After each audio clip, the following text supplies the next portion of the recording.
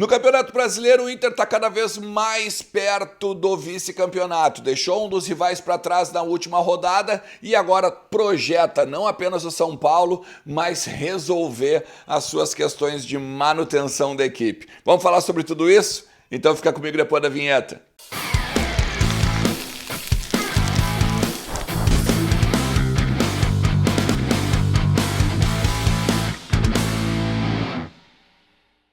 Fala Colorado, fala Colorada, como é que vocês estão? Beleza? Espero que tenham passado um bom final de semana e que segunda-feira seja aquele dia maravilhoso para todo mundo começar uma nova semana, né? Olha só, cara, eu costumo dizer isso sempre de novembro, hein? Tu vai piscar, já vai estar no Natal. Então te organiza porque daqui a pouquinho já é dezembro, já é Natal, já é final de ano e aí quando vê estamos em 2023. Enquanto isso, enquanto a gente se organiza, o Inter também se organiza, né? Para o seu 2023, para o jogo contra o São Paulo e também para a continuidade aí desse curtinho Campeonato Brasileiro que a gente ainda tem, né? 2 rodadas ainda para encarar.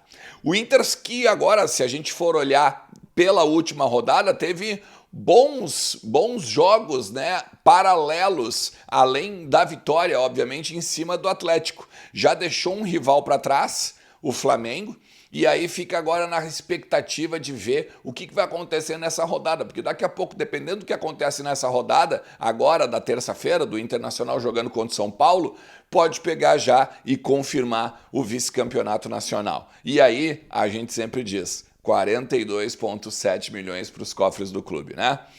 Hoje ainda tem o jogo do Atlético Mineiro, né? Hoje ainda tem o jogo do Atlético Mineiro no Campeonato Brasileiro e tu até pode aproveitar e entrar em KTO e fazer o teu cadastro, usar o cupom Ernest e dar uma brincada, né? Mas tu quer ver como é que ficou a tabela? Olha só, a tabela ficou assim, ó. O Inter, então, foi para 67 pontos e só o Fluminense e o Corinthians venceram seus jogos. Foram para 64. Ainda estão ali na cola do Internacional e eu sempre digo, né? O bom de fazer os mesmos resultados que os rivais é o seguinte, o Inter com um empate entrando em campo, quando apitar o jogo, o início do jogo lá no Morumbi, agora contra o São Paulo, ele já está na vice-colocação, né? Na segunda colocação. Não faz diferença do que o Fluminense e o Corinthians façam nos seus jogos, né? Vai ficar aquela troca de pontos ali tranquila. Então, praticamente, o Flamengo deixa fora, né? Agora a gente já pode tirar o Flamengo, porque o Flamengo está com 6 pontos de diferença do Inter. E o Inter teria que perder os 2 jogos, que não é a tendência, né? Não é a tendência porque a gente está vendo pela estabilidade do time do Mano Menezes, né? Só perdeu duas partidas no retorno, né? Então é bem provável que a gente vai conseguir, pelo menos o Flamengo, deixar de lado nessa disputa aí pelos 42,7 milhões.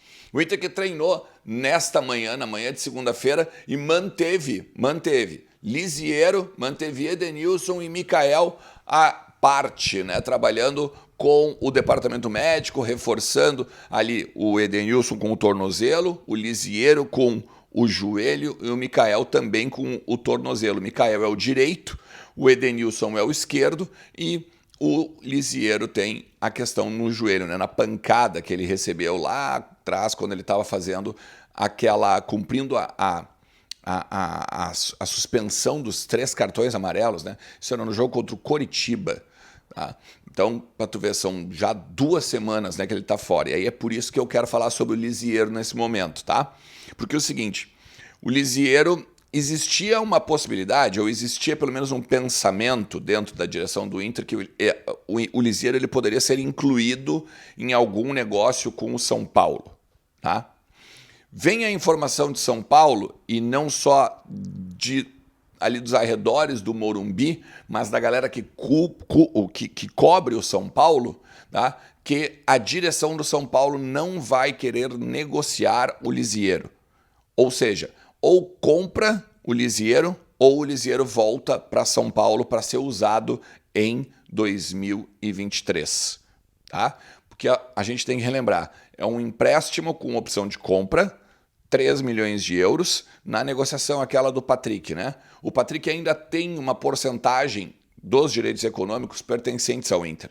Só que o São Paulo não quer fazer esse bem bolado. A gente te dá 100% do Patrick e tu vai lá e nos dá o Lisiero, né? Que, na verdade não são 100%, eles ficariam com 100% no caso, né? Porque o Inter ainda tem 30% do Patrick. Mas a direção de São Paulo não quer fazer isso, até porque o Patrick teve até um bastidor aí de que ele discutiu com o Rogério Ceni, né? Agora na última rodada do Campeonato Brasileiro. Então, ponto 1, esqueçam praticamente Lisiero no Inter, se não comprar não vai rolar, a não ser que mude alguma coisa, né? Mas neste momento, nessa segunda-feira, não vai mudar. Um outro volante que está muito na expectativa aí agora para essa semana é o Johnny. O Johnny ele está na pré-lista, dos Estados Unidos para a Copa do Mundo do Catar. Ele mesmo revelou isso agora no final do jogo contra o Atlético, disse que está tentando segurar a ansiedade porque a lista oficial, assim como o Tite faz a lista nessa segunda-feira, né? Ele vai divulgar agora a lista nessa segunda-feira, tem os Estados Unidos para divulgar a lista oficial na quarta-feira, dia 9. Quarta-feira, dia 9, sai a lista definitiva dos Estados Unidos para o Catar. E o Johnny tem ainda a expectativa de estar na Copa do Mundo. Isso, o que isso representa? Muito. Pro Internacional, muito. Porque seria um ativo do Inter na Copa do Mundo, um jogador que teve já uma ascensão muito grande nos últimos jogos, que agora contra o Atlético Paranaense com certeza foi um dos melhores em campo, tranquilamente, né? Foi muito bem no meio campo, e isso não só chama a atenção do mercado, mas também valoriza o jogador no mercado, e sendo um ativo do clube, bom, daí o Internacional botaria um dinheiro bem substancial, né? Bem significativo dentro dos seus cofres, porque precisa, já falei várias vezes, por conta agora dos reforços do campeonato para Libertadores, Copa do Brasil, Brasileirão e tudo mais. Um cara que está muito próximo de sair do Inter é o Daniel. O Daniel está cada vez mais próximo de sair do Inter. E eu queria falar também sobre isso, porque dessa vez foi até o Mano, né, que deixou bem claro que a opção do Emerson Júnior agora no final de semana e o Daniel não aparecendo nem nos relacionados foi uma opção técnica. Uma opção técnica. E também para pegar e já encarar o Emerson Júnior, botar o Emerson Júnior dentro do ambiente de concentração e dar para ele já aquela sequência de reserva do Kehler. E aí, a partir disso, não só a leitura, mas o bastidor já fala que o Daniel ele está praticamente fora do clube. O Daniel ele vai sair ou para o mundo árabe, ou para um mercado emergente da Europa, ou para o futebol asiático. A ideia é fazer com que o Daniel vá para o exterior até para receber um dinheiro em termos substanciais, tá? Porque o Inter, eu não acredito muito, tá? Mas o Inter acredita que consegue de 3 a 4 milhões de euros com o Daniel. Eu não tenho essa convicção que o Inter tem. Mas se for 3 milhões de euros, já dá 15 milhões de reais, né, gurizada?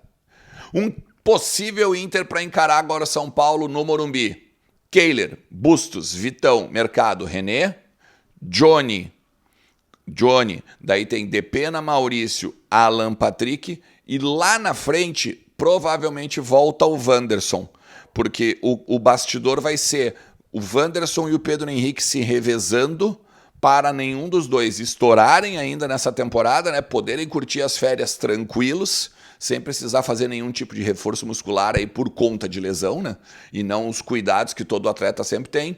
E aí, quando retornarem no meio de dezembro, ali na segunda quinzena de dezembro, aí começar com 100% e a pré-temporada aí com tudo para o 2023 do Internacional que promete. Beleza? E o alemão na frente, obviamente, como centroavante. Tranquilo? Se tu chegou até aqui, eu vou te pedir para te deixar teu like, tu também te inscrever no canal, tu também compartilhar para o maior número de colorados aqui o conteúdo e te agradecer demais, cara, por estar sempre por aqui. Tem uma galera que sempre fala comigo nos bastidores aqui, nos comentários, e eu adoro trocar uma ideia com eles, beleza? Tamo junto! Tchau!